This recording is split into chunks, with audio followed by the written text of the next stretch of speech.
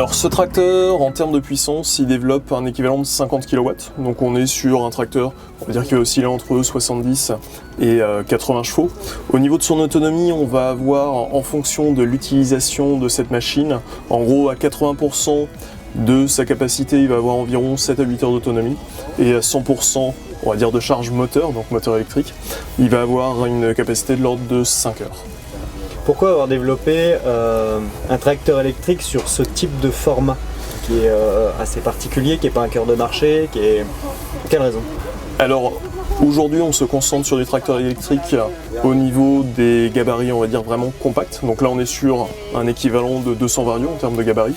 Tout simplement parce qu'aujourd'hui si on souhaitait développer du tracteur 100% électrique sur des gammes plus conséquentes, du 700, du 800, du 900, voire même du 1000, en gros il nous faudrait une remorque de batterie derrière pour pouvoir assurer à la fois l'autonomie et délivrer la puissance nécessaire. Donc ce qui fait qu'on se concentre vraiment sur ce type de tracteur qui aura plutôt tendance à rester à travailler sur les exploitations dans des bâtiments d'élevage, potentiellement dans des serres ou dans des municipalités, ce qui permet, au-delà de la réduction, on va dire, des émissions sonores, des émissions polluantes et ainsi de suite, d'avoir un tracteur qui potentiellement reste à proximité de l'exploitation, toujours peut-être à portée d'une alimentation électrique, puisque sachant que l'optique aussi de ce tracteur, c'est de pouvoir l'alimenter par de l'électricité qui sera produite directement aussi sur la ferme.